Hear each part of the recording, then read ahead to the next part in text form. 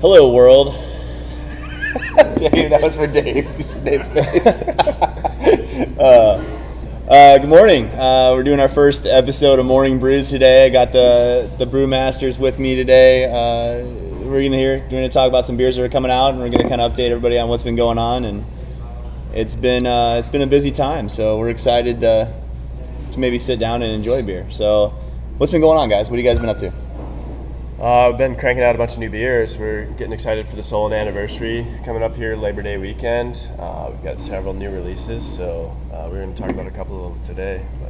Awesome. Well, let's maybe just do some introductions here. My name is Matt Swift. I'm one of the founders and CEO of the Brewery. And to my right is Josh. You want to talk about what you're doing here? I'm the operations manager of the brewery. So I do all the boring stuff like invoicing and ordering things. But sometimes I get to do other things as well that are more fun than that. That's awesome. Pay the taxes. Pays the tax, Do man. pay taxes. That's good. My name's Andy. I'm the head brewer here. I don't know. I just run around and deal with many crises every day, it feels like. Nice. I'm Kent. I run the quality lab. So I run all the tasting panels, do the chemical testing, and the biological testing on the beers. I also recently ran the Solon Brewery until last week. Yeah, and made the beers we're drinking today. I made the beers we're drinking today. Which is exciting. So I helped. Oh, you did. You were up there for that brew? Team You, effort. you That's stirred in a good. mash. That's right. That's good. Let's talk about this beer. So we have a big party coming up September 2nd in Solon. It's our 5th anniversary, which is crazy to even think that that's a real thing. 5 years, and now we've been open here almost a year and a half in Iowa City. So it's pretty exciting to see the growth and see how things are going and see what the products these guys are making. So Kent, why don't you talk about this beer you made? So this beer, this was actually a vision. I think Josh, you had this vision. I feel like it's a thing I brought up. Since its 5-year anniversary, we want to go with kind of the something old, something new. So looking at the past, looking at the future. So this was a revisit of one of the first double IPAs that Big Grove ever put out of Solon. So this is Good Day to DIPA. It was released, I think, the first time in year one. Yep. 2014. Beginning of 2014, I believe. So this was kind of one of the old school recipes that we went back, had to really dig to find the recipe and executed it. To me, it smells and tastes and even kind of looks like one of the old school Big Grove beers. Yeah. This looks like something that I remember drinking before I even worked here. Oh, that's awesome. This is probably, batch 100 and something, and now we're up to batch 1,030. 1,040 something. Been a lot of brewers up there in Solon in 5 years. Yeah, and just from a scale perspective, what size beer, like when you make a beer in Solon, how many gallons are you making, how many barrels are you So making? we're making 7 barrels at a time, 7 to 8 barrels at a time, which is roughly 230 gallons of beer. Yeah. And then when we do things down here, we're scaling up pretty hard. I mean, we're pretty much putting out 2,000 gallons a time. Yeah, for most of our batches, absolutely. Yeah. So totally different scale and different way we do things. Tell us about the beer though. What are you guys catching on this when you drink it? Well, yeah, I mean, we like to give Kent a hard time, or we used to, not when he was up there, because we'd be like, oh, what'd you do today, Kent? And he'd be like, oh, I brewed 7 barrels of beer. And I'm like, oh, that's nice. We brewed 60, so. It's a cute little brewery we have It up is. there. So with this beer, this is the something old part. So this is an original recipe, and then we do a brand new recipe. Andy, do you want to talk about the new one that's coming out? We actually can't drink it today because it's still in the fermentation tank. Sure, I don't know. Do you want? Yeah, we can talk about this one, then I can talk about the new Yeah, one. that'd be if you great. want to give a quick rundown on this guy. So this is a really simple build from year one. Dry hop with Warrior and Simcoe, which if you know anything about the beginnings of Big Grove, we loved Simcoe. We still love Simcoe. I get a lot of melon, a little bit of heat out of it. Yeah, and we used honey for some extra sugar, so you always get a little residual honey but- flavor Yeah, in there. taste that. I mean, Get a little bit on the nose. This beer is, what would we say, almost 9% alcohol, and it drinks very smooth. Yeah, that's what I gathered too. It's just yeah, like you it's so feel like you have smooth. 2 or 3 of them, and you wouldn't be like Well, you would You would not- be. You would be, but you but you wouldn't wouldn't know drink it and feel that way. Yeah, Yeah. It's unassuming. Yeah. honestly, Well, that's what the we're talking philosophy when we used to make double IPAs and triple IPAs up there was you want to make a beer that people want to have more than one of, even if they shouldn't. about. It's a good philosophy. Yeah, It's good I philosophy. feel like we hide alcohol very well in our IPAs. So the other component of this, the new double IPA, we were kind of, lately the hazy style beers have really become popular, and so we've been embracing that and working with some different yeasts and some different hop techniques. So we brewed what we're calling Big Ed, down here, and it's about 7.8% ABV. Still using Simcoe, so we've got kind of a common thread there, but using a much higher hopping rate. A lot of Simcoe, a lot of Mosaic, and then we'll be featuring a new hop in there as well, Sabro.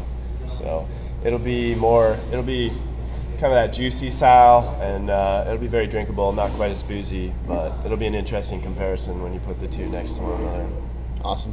What's Sabro? What kind of flavors are you pulling out of that hop these days? Sabro, I think, the prominent flavor with that is coconut. It's really interesting. We almost doubted it at first. We were like, you smell it? That's coconut. Like, we didn't put coconut in this beer, did we? And it's there. It's very cool. prominent. It gives it a lot of depth. It's going to be a really interesting beer. That's the second beer we made with that hop? Yes, it is, yeah. Okay. So it's kind of a new hop, so a lot of the hop growers, they do some experimental stuff, and when they're in that experimental phase, they'll just call them HBC 382, HBC 682, and then if they see a potential and kind of see a market for it, then they'll give them a name. So the Sabro hop just got named earlier this year and is kind of taken off now. So I'm really excited for that one. That one we're actually going to can off too. We're going to do about 100 cases, 16-ounce cans. It'll be available in Iowa City Brewery and in the Solon Brewery starting on the anniversary day on the 2nd. So that's going to be sweet. So we'll have draft of the beer we're drinking right now, Good Day to DIPA, and then we'll have 16-ounce cans and draft of Big Ed, which is our new double IPA, which we're super stoked about. I guess that brings us to the center of the table here. Beer that brand new beer that's going to be released the same day. So we have a triple beer release on the anniversary day, which I think is super exciting, along with a bunch of other fun stuff. But Kent, you want to talk about the beer we named Stripe Cake? So Stripe Cake is part of the Sugar Bottom series, which is a series of dessert-inspired Berliner Weiss. So it's a sour beer. For this, the inspiration was actually a Stripe Cake, which is a dessert of black currant and lemon cakes melded together in a way that gives them stripes. So we use black currant. Post-fermentation, I zested somewhere in the neighborhood of a case of lemons to put into the whirlpool, so you get that nice, fresh lemon flavor. Black currant adds this really great fruity, sweet berry characteristic to it. And then, obviously the thing that black currant's really good at is color. So we have a little bit of it here. Post-fermentation, there was 10 pounds of toasted almonds? Mm-hmm. Right about that. So nice complex beer. It is kettle soured. Obviously a great color. The lemon comes through. It really accentuates the sour without adding more acidity to it. Thank you. And then you get this really nice berry flavor. The almonds come through in the aftertaste. It's kind of a nice soft vanilla-ish sort of cakiness. Well, and a lot of times what I've noticed with using real nuts in beer is as it warms, the oils kind of come out a little bit more, and then the nose gets greatly affected by that. So as it warms, it smells a lot more like cake than at first. Initially, it's just all lemon and black currant, and then the oils really start to open up. This is definitely one of those head turner beers too, where people from across the room will see it and be like, "What's that?" And I think we're all excited about how the color and how it turned out. Just appearance-wise, it's beautiful. Yeah. And it doesn't lose its identity as a beer. That's the thing I'm excited about, is it still actually tastes like a really good sour beer. Yeah, and I think it's one of the more interesting products we've been making anymore. So this is our third beer in this series, the Sugar Bottom series. First was Blueberry Tart, then we had Cherry pie. Cherry Pie, and now we have Stripe Cake. We think it's so good that we bottled it, and it's one of those beers. We don't bottle a lot of beers. It's a really labor-intensive process. We have a 2-head bottler, so literally when they're filling beers, they take 2 bottles, fill it up, gets over, it gets capped. It's a good system, but it's a slow system. So when we do it, we want to do really delicate and special beers. And the Sugar Bottom series has proven to be one of our most, like I said, interesting offerings. And I think this one, not saying it's better than the rest of them, but it really showcases the flavors that they're discussing right now. And I think we just poured this at the Great Taste of the Midwest, and we had a huge response to it. And it's an amazing beer, and it's so different than anything I've tried recently around town or around the nation. So I'm really excited about it. Yeah. So I guess we have this party coming up. So besides the bottle release, I guess we didn't talk about that. We will have bottles in Iowa City. We're going to have bottles in Solon and draft in Solon. We don't have enough beer to go around to do draft in Iowa City this time around. Maybe in quantity at some point, but right now we're doing all the small batch releases in Solon, so we're only making about 200 gallons. So you talk about exclusivity and being the only people to get the beer, this is going to be one of those beers. But the big party is the second. So Yeah, we just talked about it this morning. There's a lot of stuff going on. I think it starts at 10 a.m. It does start at 10 a.m. We're tapping some Richard, though. Let's talk about the Richard we're tapping, because I think that's really cool. And Josh kind of runs the Richard program for the most part. Yeah, I've been saving a keg of the first batch of Richard for quite some time, and the 5th anniversary seemed like a good time to do a vertical. So we have 2015 Richard, 2016, and 2017, and then still have some kegs of the Pralines and Richard, which was the 2016 special variant. So we got one of those that'll be on tap, and then Jean-Luc Richard, which was last year's special variant, which had cinnamon, nutmeg, and vanilla. So it'll be a 5 different Richard vertical. I think there's different times that Yeah, I think the first 3, the 15, 16, 17, come out in the morning, 10 a.m. right when we get there, along with all the beers we talked about today. And then as you go through, I think another one taps at noon, another one taps at 1.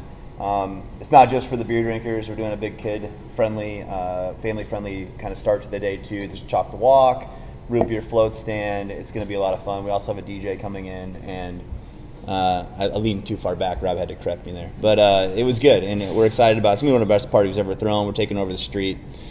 But long story short, today was all about just talking about the new beers, because we don't really have an opportunity to talk about what we're doing, and I think that it does these guys a disservice because of the quality and the type of products they've been making, and I want everybody to know about it. So yeah, it's a little long-winded, but it also gives us an opportunity to kind of express to you what we're trying to do with the beer, and hopefully give you an opportunity to try something you never tried before. So with that, I think we can probably conclude our first morning brew. You guys have anything else to add?